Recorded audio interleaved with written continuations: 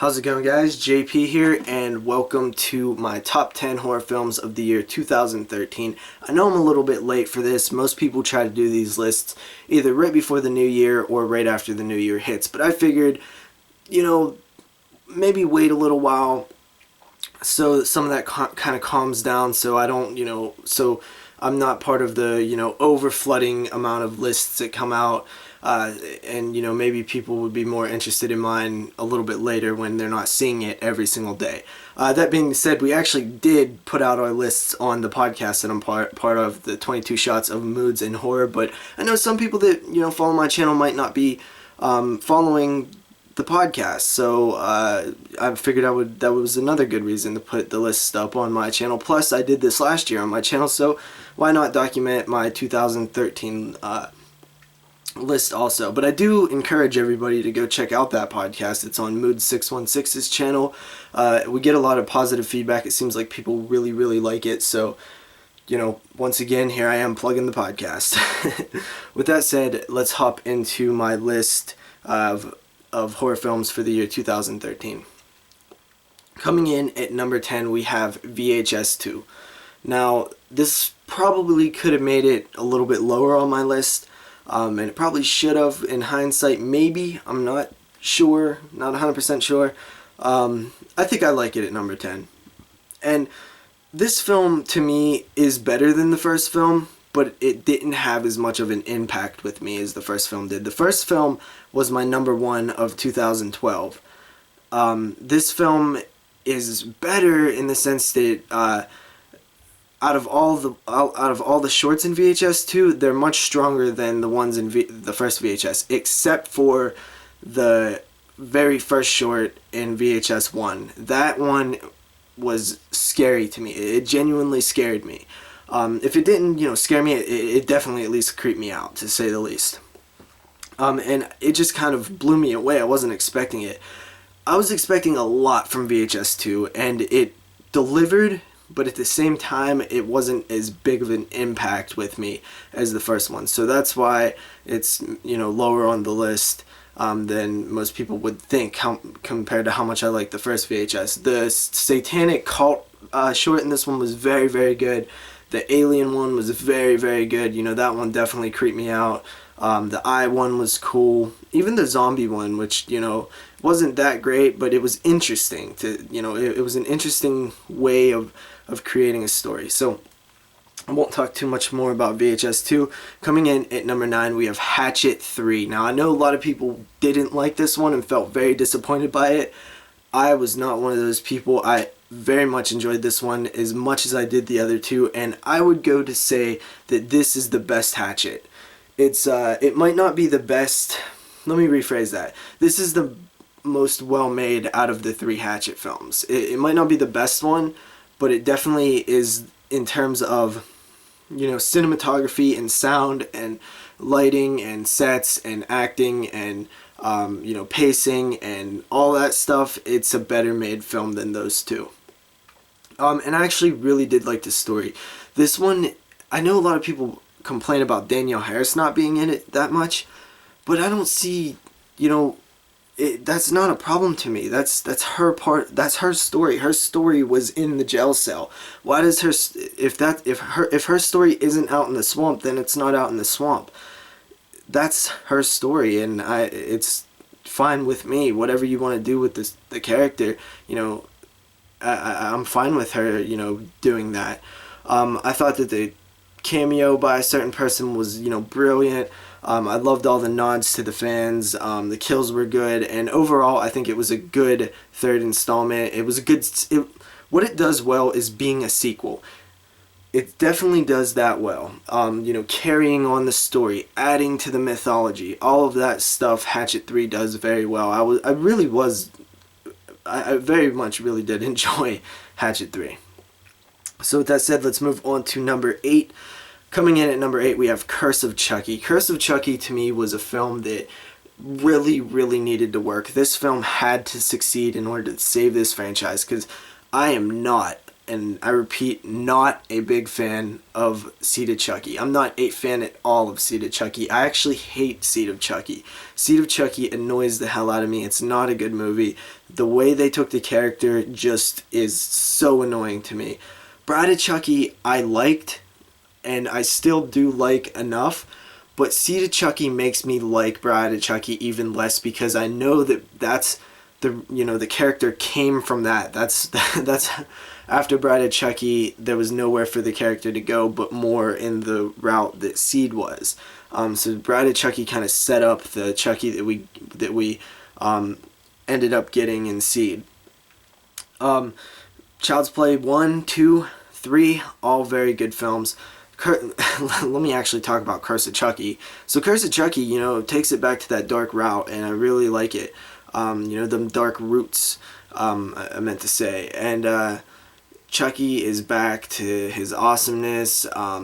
He's creepy once again. I was actually mostly impressed by how the atmosphere and the cinematography in this film, because I didn't really notice it in the other films. Like the cinematography and atmosphere really stood out in this film. My favorite scene in the movie is the Russian roulette rat poison scene.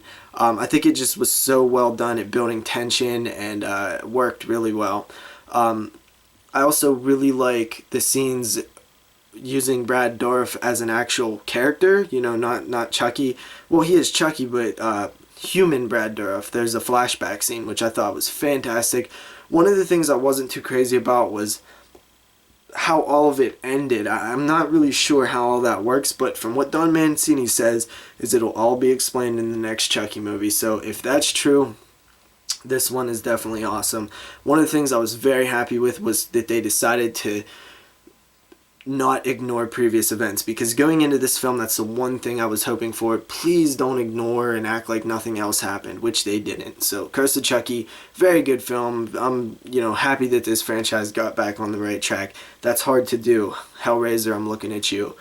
Next up after that, we have number 7, Evil Dead. And a lot of people, I noticed that a lot more people are hating on this film, and it saddens me. People say the characters suck, the characters suck, the characters suck. Fair complaint. I will say it's a fair complaint, but why do we have to like the characters? Do we have to? It's a gore film. It's made to be gory and to be a bit scary. I don't need to love the characters. There's films that Happy Birthday to Me, I love that film. I don't know one name of any of those characters. There's a lot of films that the characters don't need to be good, and for me to enjoy the film. I will say the defibrillator scene was completely stupid, but I do have an argument for that, and there's a lot of stupid things in the original Evil Dead film, such as how exactly does Ash rev the chainsaw, and how exactly does he build a prosthetic hand in ancient, medieval times. There's a lot of things that don't make sense in the Evil Dead franchise. That's fine. That's allowed to, that's allowed to happen in movies. I will say though, to counter argument that, those films are played a little bit different. This film is played more serious, so when you do a scene like that in this film, it just comes off stupid, when in those films it comes off fun or funny, or it fits. So I do agree that scene was bad, but Evil Dead, man, the atmosphere and the cinematography and the dark, wet, nasty, decaying, musty leaves outside, all that worked for me. The heroin addict story really worked with me. The fact that she could smell the rotting animals downstairs in the basement, because when you're withdrawing from heroin or any drug, your senses are heightened, your skin crawls, and everything is more intense, and that's why she could smell the stuff in the basement and nobody else could, because her senses were heightened. Anyway, I could talk about this for too long. This video is probably going to be so long. So Evil Dead coming in at number 7. I really did enjoy it, and I still do. Coming in at number 6, we have Stitches, the killer funny clown named Stitches. And this film, this guy right here, I want to see turned into a franchise. He's very, very funny. Stitches can be like the next Freddy Krueger type on a, direct-to-video type level. I'm not a huge fan of horror comedies. This is probably my favorite horror comedy, besides like Return of the Living Dead or something like that. It's definitely in the past 10 years, this is my favorite horror comedy. Blows Shaun of the Dead out of the goddamn water. Shaun of the Dead is not that good. I said it. I always say it. I hate Shaun of the Dead. But Stitches is awesome. Right from the very first scene, you know exactly what kind of film you're getting into, and all of it works for me. All the jokes work for me. All the kills were awesome. And you know what? The characters were actually really likable, which, you know, once again is not a necessity, but it is nice. After that, depending on the film, back to the Evil Dead thing, depending on the film, the characters, depending on the kind of film, that's when you need to know if you're gonna need to like the characters or not. A film like Evil Dead, that's more of like a gore film and stuff, the characters don't really matter. A film like, you know, whatever, Seven, you're gonna need to like the characters. So yeah, moving on. Sorry about that little rant. Number 5, we have The Conjuring. This was number 1 on a lot of people's lists. It's very good. It really is a very good film. James Wan, you know, incredible director. Just really, really good job. I like the story. A lot of real scares in this film. The music was great.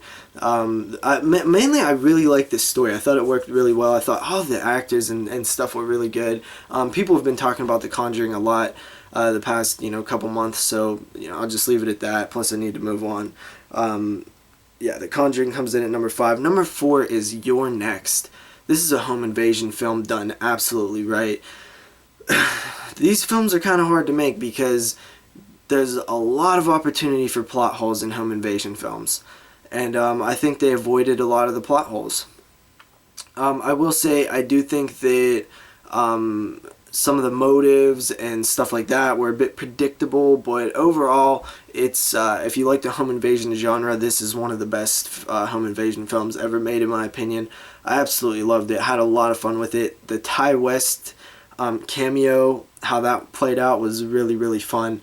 A lot of good gore and stuff. It just really is a fun film. Bit predictable though. Coming in at number 3, we have a tie actually, and the reason I have this as a tie is because one of the films I'm not really sure is a horror film, so I kind of just put it there next to it. So if people consider this a horror film, this would be the real number 3, and everything else would, you know, move up a step, so it would bump VHS 2 off the list. Stoker. Stoker is brilliant. It really is so well shot. It's such an original story. I don't want to say anything about it because it'll spoil it. I forget, it's Kim Jong-wook or Kim Chong Park or one of the I'm so sorry about that. I just don't know these names. They don't stick with me. He made this movie, the guy who made Old Boy, I think, and he does a fantastic job with this one. The story is so original and unique, and it's just there's so dark. It's just really, really dark material, and you know, there's so much symbolism and subtext, and you know, it's up for interpretation. You can pretty much, if somebody's else seen this film, you pretty much have a talk about what this meant and what that meant and what do you think this was here, and there's so many different answers that people could come up with. It really is just a fantastic film, but I'm not sure it's horror. So my other number 3 would be American Mary. This one was really surprising to me because I did not think that I was going to be a huge fan of it, because everybody was talking it up, and it was just one of those things where I was like, you know what, it's probably going to be overrated for me. I might not like it so much. But that was not the case at all. It's number 3 in my top 10 of the year. Something about the way that this film was done with the originality, you know, the body modification and stuff. It was a different type of story, and I really like the ending. It's definitely a depressing film. I really liked Catherine Isabel's performance. I really, really liked the way the character was written, because it wasn't a typical type of character. It wasn't a character that was you know, a copy of another character that they just, you know, ported to this film. A very unique character. She had multiple levels to her, and you can see them in certain scenes where a character would do something, or a certain way that a character would be. I'll just give a quick little example. There's a scene where she is, you know, struggling to get through in college. She needs money. She goes to a strip club, and in a normal movie, she would, you know, the character would realize that, you know, that was a mistake, and she's not gonna, you know, subject herself to that type of thing.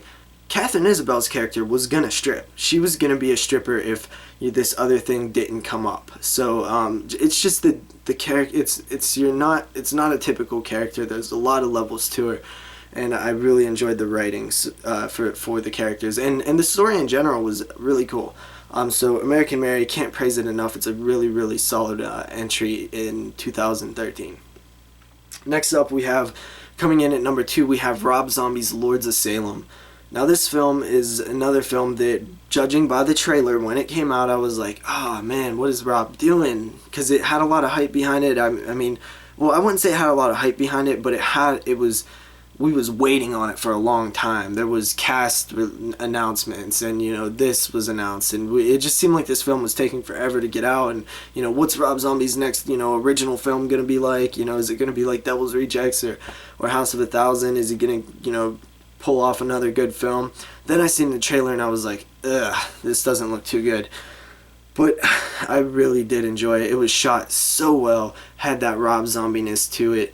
I really liked Sheri Moon Zombie in it. I know a lot of people don't like her. I don't see why. I don't see why people give Rob Zombie such a hard time for casting the people that he likes in his films. Come on. Other people do that. Tim Burton, Tarantino, they work. Why does he give him a hard? Why does everybody give him a hard time about who he puts in his films? They work, and this film worked really well for me. It was dark. It was witchcraft. It was, you know, witches, how I like them. There's a really cool scene about fate and destiny that I really liked. Very creepy imagery and all that stuff. Rob Zombie's Lords of Salem was a fantastic film. One of my favorites of the year, obviously. Number 2. So, coming down to number 1, I don't know how long this video is, so I'm trying to speed up through these last few. Maniac. Maniac is my number 1 film of the year. It totally surprised me. The way this film is shot, and the music, and the, oh man, there's just so many good scenes. One of my favorite scenes is the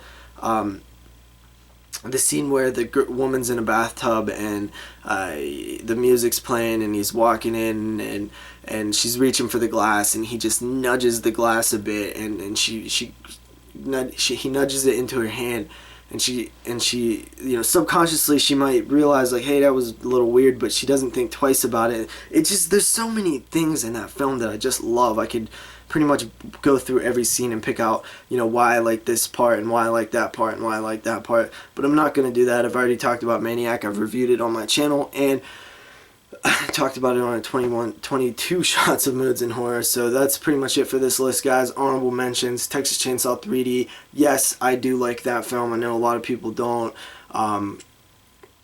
Grabbers was another one. Antiviral was another one. There's a few other ones. I didn't really write those ones down, sorry. But yeah, that's about it, guys. Hope you guys enjoyed my list. Peace.